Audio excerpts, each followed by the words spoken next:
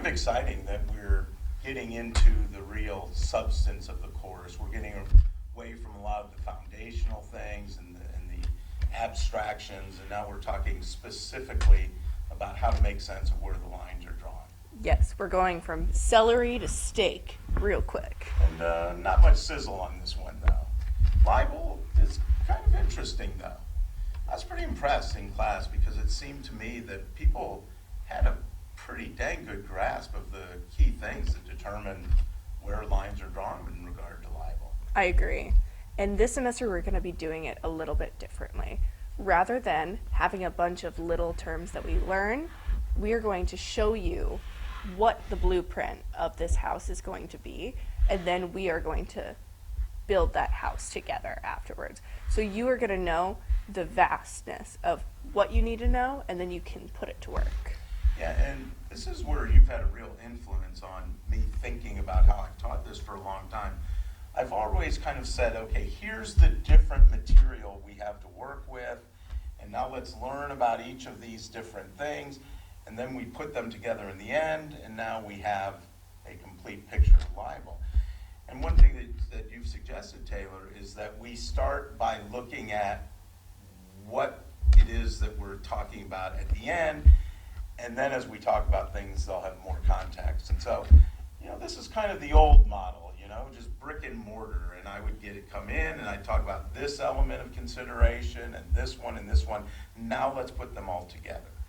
But I think what we're going to do, taking your advice, is think of this house, and that's my house, that's the entire area of libel, and there's different parts of it. So the garage might be publication identification, and the front door is there actual injury, and the windows up top are get at whether or not it's false or not. And you put all these things together, and eventually it builds a house. Well, we're going to look first at what are all of these things that when we put them together, establish where we draw the lines between acceptable and unacceptable speech. And let's keep in mind, if this doesn't work, it's completely your fault. Okay, that is on record. It's my fault. We are never going to have a TA for this class ever again. Well, I think we will. We'll just be more discerning, and we'll try to find someone who will make me look less bad. There's a job open up, kids. It could. Here's the house, okay? Where do we draw the lines between acceptable and unacceptable speech in the realm of libel? And the answer is there are 6 considerations that we have to make. And the 6 are publication identification, actual injury, falsity, context of speech, status of the plaintiff, and then whether or not there is either negligence or actual malice. Now, these are just terms for you, but essentially when we stack these six things together and we answer the questions one by one, we make a determination of whether or not someone's crossed the line and has defamed another person. Exactly. Okay? So this is the big picture. One thing we need to know is because of Times versus Sullivan, which we talked about in class, that really big case that ushered in the preferred position speech doctrine, these 6 things, everything has to be proved by who? It has to be proved by the plaintiff. By the plaintiff. The person who is suing. That's right. So if Taylor's suing me, which is wholly possible and extremely likely at some point, she's contending I defamed her reputation. She's going to have to prove all these things to show that I crossed the line. I don't have to prove anything. I can just sit there, and if she's not proven things by the end, we're done. Okay? So all of the burdens, each of these, they're on Taylor. These are going to be the steps you follow in this order. It is very important to not skip steps and not to apply these steps to other areas you will learn in the future. If you are applying these to copyright, there's a good chance you are going to get that wrong on the test. Just make sure, take your time, think meticulously through these things, and keep them separate in your mind. It's almost like a recipe in that you don't start a recipe by taking food out of the oven or now it's the last step, we're going to mix the ingredients together. No, that comes early in the process. And this is a recipe. And so if you're dealing with a libel case, if we get an article online and you're looking at that article, we're going to start very specifically, publication identification. We're going to consider that. Did the defendant publish something about the plaintiff? No? Okay, we're done. Yes? We go on. Actual injury, we're going to talk about that in a minute. But is there actual injury? Then we're going to look at falsity, context of speech, determine the status of the plaintiff, and then based upon that, can the plaintiff prove negligence or actual malice? Each of these things will make more sense as we go along. Today we're going to focus on just two of these. These two are actual injury and actual malice. We are organizing these together because they are very important and very easy to confuse. Since they are aggressive terms and they have actual in front of it, most students, at least on the midterm or possibly on these upcoming quizzes, confuse the two. It's very important to remember that to have libel, you need actual injury. But to have libel, you do not necessarily need actual malice or negligence. Well, you're going to need one or the other, negligence or actual malice. Yep. But there's a lot of cases where you don't have to prove actual malice. You are always going to have to prove actual injury. And that gets into the status of the plaintiff. I think your point's a great one, that actual malice and actual injury are oftentimes confused with one another.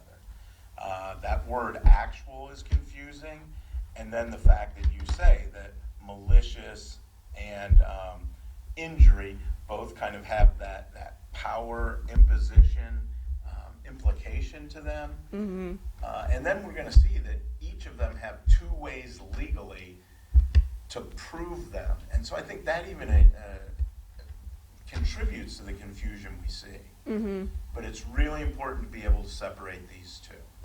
Okay, I think, okay, so we're going to focus on actual injury and then actual malice and negligence in this lecture.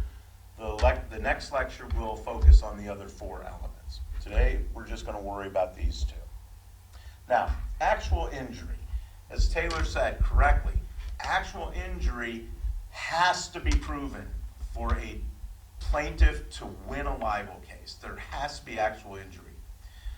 One thing we have to understand is that just any negative statement isn't enough to cause libel. You can say I'm fat, you can say I'm ugly, you can say I'm the worst teacher ever, okay? Those probably aren't going to be libelous. Why? For one reason, they are opinion, all right? So one thing we know, that for something to rise a level of being actual injury or causing actual injury, one point is it has to be a statement of fact. It has to be a statement of fact. It can't be opinion.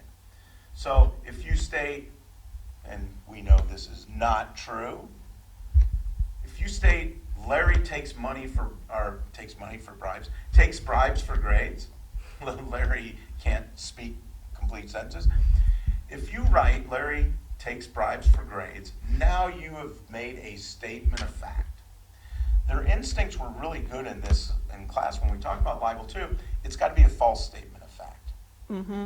But now it's got to do one of two things for it to rise that level of being actual injury or causing actual injury. It just can't hurt my reputation. It can't just hurt my feelings. It just can't make me look bad. It's got to make me look bad in one of two specific ways. The first is it's got to wrongfully accuse me of criminal behavior. This journalism students, we should know this already. We've talked about it a lot. But for all of us, this is relevant. If you're going to make any kind of implication that someone has committed some type of criminal behavior, you need to stop, you need to slow things down, you need to check all your facts and make sure you are right before you publish. And there are ethical implications as well. Just because you can legally publish doesn't mean you should ethically publish. But from a legal standpoint, if we're going to accuse anyone of criminal behavior, we stop, we think, we check, we double check, and we don't publish until we are sure. When we were talking, getting ready for this lecture, you made a great point about social media. Yes. So social media is probably the most commonplace libel happens these days. So something as simple as mishearing something or rumors. Let's say there's a rumor that someone is a thief. If I respread that message, tweeting something that seems harmless, and I say, Steve is a thief, Steve Malcolm is a thief, or what have you, then all of a sudden, he can get a team of lawyers and sue my ass, who does not have any money. And you're not a journalist. And I'm not a journalist. So it doesn't matter what your qualifications are, what your career path is. I can be held accountable as well, just as a simple civilian, citizen, what have you. So it's very important whether you are posting on social media, creating a podcast, you know, you're an NBC News journalist. Whatever you are doing, you need to think right before you click. Use your media literacy mind. Use your media law mind. And hit send once you know you cannot be sued. Not just a matter of being sued, and being sued is bad, but also just to do the right thing. We don't want to make mistakes that hurt people, that hurt their integrity, that hurt their reputations. We want to make sure that it's a circumstance where people really need to know this information. So it's a legal issue and an ethical issue. Correct. 2 ways to prove actual injury, and one is to show that there is a false implication of criminal behavior. The second one is a bit more subjective, and it says that the speech has to be a statement of fact that is such that it can jeopardize my career, my livelihood.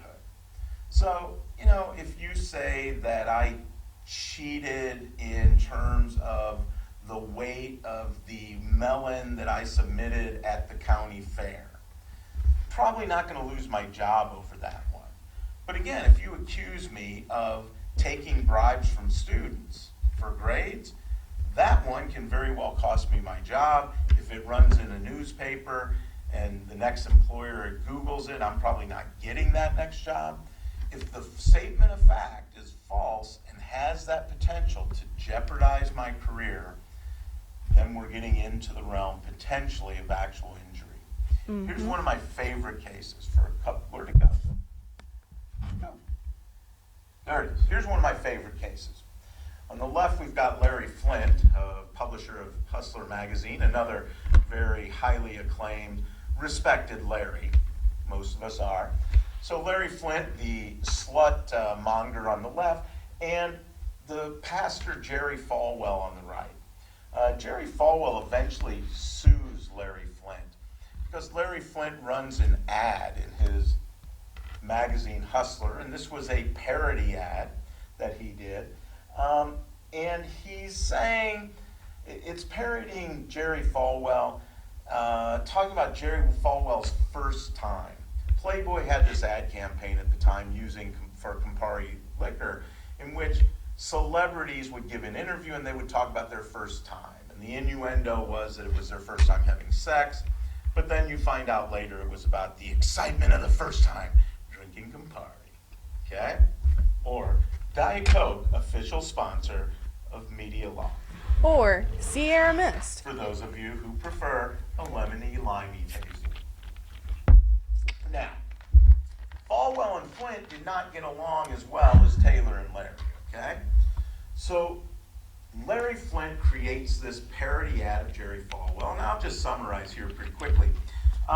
Basically, the idea is that Falwell, talking about his first time, establishes that his first time having sex was with his mother in an outhouse in Lynchburg, Virginia, after they kicked out the livestock, okay? Which Larry Flint thought that was pretty funny. Jerry Falwell, not so much, right? Mm-hmm. We got some, it quotes Jerry Falwell. And remember, this is parody. Falwell saying, Mom looked better than a Baptist whore with a $100 donation. And, why did I have sex with Mom? Well, she showed all the other guys in town such a good time that I figured, why not? Those nice things you like to have said about your mother.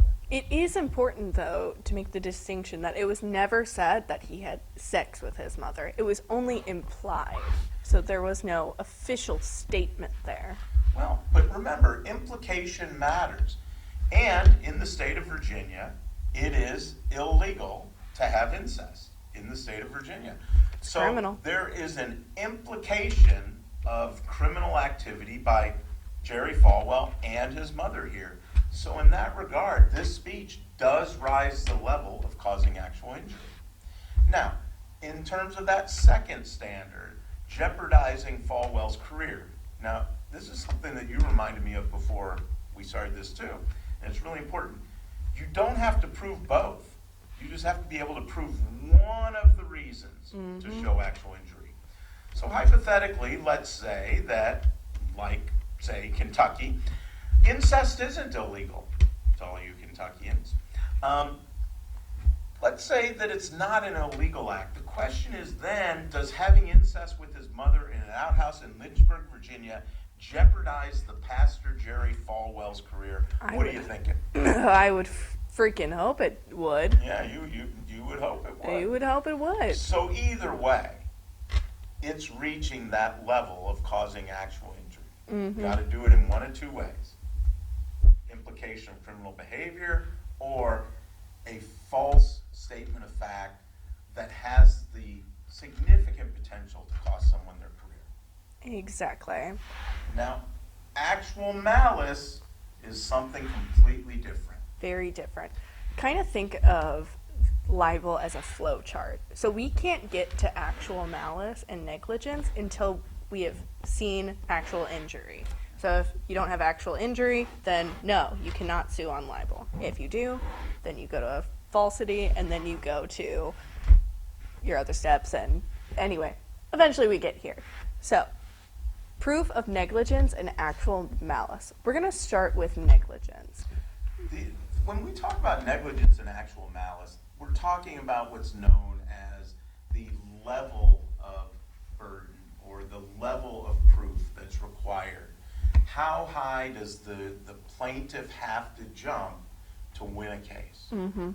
Negligence is the historical standard, and for centuries, negligence was the standard. And actual malice didn't even exist as a concept.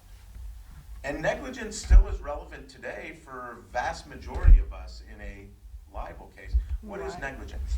Negligence, I like to think of it as the low bar. This is what everyday citizens, like most of you watching, unless I got some secret celebrities in class, have to prove. So, with negligence, it's essentially, to use a metaphor, let's say you're in traffic. You're driving down the street. There's someone in your blind spots. You do not take it upon yourself to check your blind spots, and you merge to the next lane and hit their car.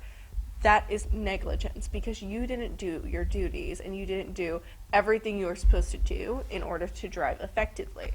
Journalists and reporters do the same thing. They'll go out and try for a story, do their research, but they will skip certain steps and in doing so cause actual injury. This is negligence, not doing everything you could in your power to get the facts straight. It's not so much everything in your power. The question is, did you do what was expected of you? Did you meet essentially the journalistic standards? I like this metaphor that you kind of proposed here. You're driving down the road, you don't check your blind spot, and you hit the person next to you. Now, you didn't mean to do it. You didn't mean to hit my car, but you injured me. That's negligence. Because you didn't do what you're expected to do. We're all expected to check our blind spot. Didn't do it, I got hurt. That's relatively easy for me to prove. All I have to do is show my doctor's bill and the police report that shows that you hit me, and I've proven negligence. It's more difficult, as you talked about, Taylor, to prove actual malice. And this comes about because of Times versus Sullivan. Remember, Times versus Sullivan is really important because it signals that shift to preferred position. First Amendment rights are going to be taken more vigilantly, protected more vigilantly than other rights. And the concern of the court was that public officials, people who run government, were using libel suits to silence legitimate speech. And the court said this negligence standard was too easy and that it was stifling legitimate coverage of government. And so they created this new thing called actual malice. I like how you said that you think of it as a bar. How is actual malice a higher bar than negligence? Well, actual malice is a higher bar because it requires people of a certain status, which we will get into, to have to prove a much higher thing. Proving actual malice is much harder. So in the same metaphor as the car, theoretically, let's say Larry gave me a really bad grade on my midterm. I'm ticked off. I thought I deserved an A and I got a D. Wow. I'm driving home. I checked my blind spot this time and I see Larry driving in his Hyundai Elantra. And you know what? I'm pissed. So I swerve into that lane. I'm listening to Elton John. He's listening to Elton John. I'm singing Elton John. I swerve into his lane, hit his car, he spins out. That is actual malice because it is my intention in this situation to hurt or damage him. And in cases of libel, You that really would be hate Elton John. Or is it actually- me you hate? It's not Elton John in this situation. Point being, you meant to hurt me. I did. It was my intention the whole time to damage your career, reputation, or self. So if you're a public official, you're someone within government, you're going to have to not just prove that I hurt you, you're going to have to prove that I meant to hurt you. And those are two different things. And that malicious intent, that's way more difficult to prove. Much more The difficult. court gave us some ways to do this, though. Okay? So they said, when these two things happen, or even one of these two, it rises to that level of being actual malice. What are those two things? These two things are knowingly publishing a false statement of fact. So if I say something bad about Larry and I know it's true and I tweet it out, that is knowingly publishing a false statement of fact. The other one is reckless disregard for the truth. This is where you don't meet the requirements of putting something out. So not doing your research, not being like the best journalist you could be, not even hitting the bare minimum of the best journalist you could be. So one example would be a young woman was standing next to a light post. A journalist snapped a photo of her and was doing a story on prostitutes in this area because they've recently had a raid and they've been having issues with it. They snapped the photo, printed it out, published it, and this woman's image was used for this story, even though the journalist did not go up to her, did not ask if she was a prostitute or if she'd be okay with this. So that was reckless disregard for the truth. Yeah, because any journalist who has even the lowest of education, experience, preparation knows Common sense. that if you common sense, exactly. If you're going to take a picture of someone and you're going to run it in the newspaper, you go up and get that person's name. You have to find out from them what they do. You want to know what they're doing there, so you give context to the photo. You don't just take a random picture and then put that person's picture in the paper in a story about prostitution. Bad idea. That's what's known as reckless disregard for the truth. Now, this is an important differentiation because actual malice means that there's malicious intent. But I suspect the case you're talking about, and that was a case out of San Diego involving the San Diego Tribune newspaper, I suspect that the newspaper had no malicious intent. I don't think they wanted to harm this woman. No, probably But not. the bottom line is the Supreme Court of the United States, in Times versus Sullivan, they established that standard of reckless disregard for the truth. And so if you can show either of those two, either that I knew it was false at the time I published it, or that I had reckless disregard. And here's the best way for me to think about reckless disregard. I may not have known it was false, but I should have known it was false. That's reckless disregard for the truth. Okay? That's a really good way to put it. And the unique thing, going back to Flint versus Falwell, is we can actually apply both actual malice and actual injury, or yes, actual malice and actual injury, and actual malice, both portions of it. So reckless disregard for the truth and intention. Let's do some role playing here, a little like legal role play here, because I love this part. This Okay. is actual from the trial. Larry Flynn is on the stand. He's being questioned by Jerry Falwell's attorneys. Falwell's attorneys are wanting to prove that Flint had malicious intent. And so the attorney comes out and asks him, were you trying to hurt his reputation? And it was your intent to destroy that integrity and his livelihood if you could, wasn't it? And Flint's response was, no, my intent was not to destroy his reputation. My intent was to assassinate it. And that is actual malice. That's actual malice, because he's like, I knew it was false. I knew it was false when I published it, and I published it anyway because I thought it was going to be funny, and I thought it was going to be mean. And that's malicious intent. And it was funny, and it was mean. And if you have the time, go back and read that page we had posted. It is hilarious. Not if you're Jerry Falwell. He didn't think it was funny. And if Jerry Falwell's dear mother had been alive, I don't think she would have found it funny. Jerry Falwell, if you're watching this, you have no sense of humor. But if you are, that means that they have YouTube in heaven. Jerry Falwell died a few years ago. Mm. But actual malice and actual injury live on. Next lecture, we're going to cover the other 4 considerations of libel. Publication identification, falsity, context of the speech, and then, status of the plaintiff. There you go. Whether or not the plaintiff is going to have to prove negligence or actual malice. Put all those 6 things together, and they determine whether a line is crossed. And you got your house. And you huff and you puff, and we'll see you in class. See you next time. I told you can't do that. The state of Pennsylvania said you cannot do that. We're in Missouri. Okay, fine, but what if someone watches this? Okay. Well, let's do it on 3. So at least I'm not going down alone. Okay, 1, 2, 3. See you next time.